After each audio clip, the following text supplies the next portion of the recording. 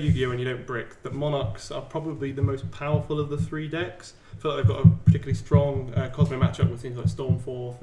Majesty's Fiend Stormforth is really good against BA.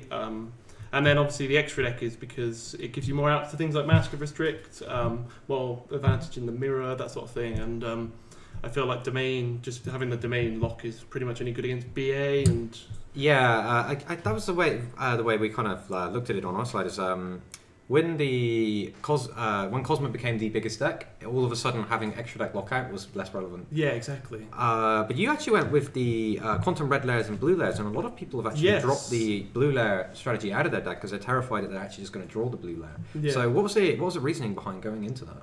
So the Quantum's are really, really cool, particularly the red layer. He gives you a free level 5 on board if you've got nothing. So with Prime or the Instant Fusion I'm playing, you can have some rank 5 stuff before you do all the other stuff. Yeah.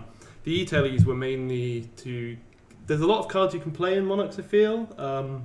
There's like you've got your Brilliant Fusions, you've got your Quick Draws, I think people have been playing this weekend. Yeah, for the Ultimate. Yeah, exactly. So there's like a long Squires, for example, a long list of tribute stuff you can play in Monarchs. And the E-Taily is one that if your play gets stopped, you don't have to use your normal summon. Yeah. So I feel like I'm really not a big fan of the Squires, because if they have a response to your Idea, then... you basically pass the turn, especially in a format where everything can happen so fast that you get completely blown out of the game. Yeah, exactly. So I tried to go for as many cards that don't use my normal summon to do my normal summon later on. Yeah. And blue layer seemed like one of those awesome ones. There's some really cool combos with red layer and blue layer and all that sort of stuff. And E-Taily is just great. So I really like E-Taily. It always sort of sidesteps after you've played for your opponent's back row, and then you're like, yeah, E-Taily, and I just carry sure. On. So with things like Mask or Restrict, how much has that been impacting your duels this weekend? Has it been like the deciding card where you win if they don't have it, or you lose if they do? So I lost one of my rounds earlier on today. Because he yesterday, because he just Masker restricted me and I didn't see my Twin Twisters in time. When it becomes deciding, Twin Twisters comes in every game. Regardless, so obviously I have to sometimes adjust I don't want to kill the ratio, so I have to be a little bit cautious. So sometimes going first, it's not many of them, but going second, it's like 3 Twin Twisters every time. Okay, let's talk a bit about the match that we just saw. The Game 2, I want to jump to Game 2 since this is when you started winning. Wow, your heart must have been racing when he puts this huge Terratop tour guide start and goes all the way through. And how was the feeling for this? So I looked at my opening hand and I looked at it and I was like, well, top 32 is a pretty good effort. And then I had the Maxi obviously, and he started going off, and I was like, well, obviously I'm going to Maxi him. He started going off. Then he brought out the Scarm in defense mode, and it was like, has he not got the OTK? I don't understand why he brought that out. And maybe you couldn't hear on the stream, but he was like, I've messed this up. I've thrown this away. Oh, so he realised he actually made the mistake. He realised if he just brought out Sphere in attack mode, especially from the other Sphere, he'd have 8-2, and obviously I had no response from hand. Yeah.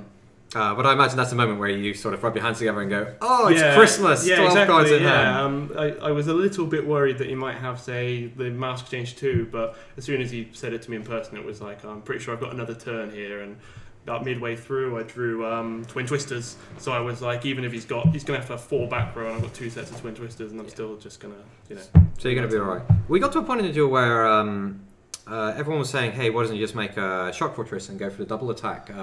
This was game 3, I believe. Sure. And do you want to tell us why you decided not to? Sure. So the turn before it, or during his turn, he made the Break Sword. And tried to use the break. Well, didn't get to use the break sword because I defed it and Stormforth it away, which meant that he had a break sword engraved. And the first thing he did in my turn was I hit the set Phantom Blade card. Fog Blade. That's the one. Yeah. So I knew he had a Fog Blade engraved and a 2000 break sword he could bring back to chump block with it. Yeah. Which means that obviously Sharp Fortress is 2-4 and makes Erebus the double attacking 2-8, which means that I can't get game through.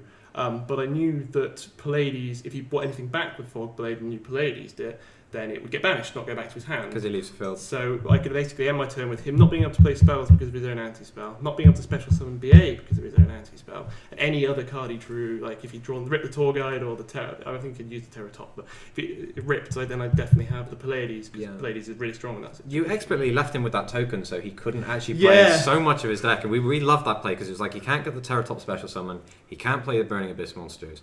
And it just looked like that last game you were in complete control of it. Yeah. So Mithra's been amazing all weekend. She's just like the BA killer with her token. And that's basically what I'm playing it for. I know some other people were playing it in events leading up to this, and they said that like the start of a BA player's turn is ram the token into your turn and go into main phase 2, and it's just, particularly on time, it's... Yeah, you don't worry about that so much if they're giving up their battle phase and then doing stuff. All right, that's all the time we have for this interview, but James, congratulations, and best luck in the top 16. We may see you in the finals. I hope so. Hi everyone, so stay tuned. We're going to be going on to the top 16 in the very, very near future.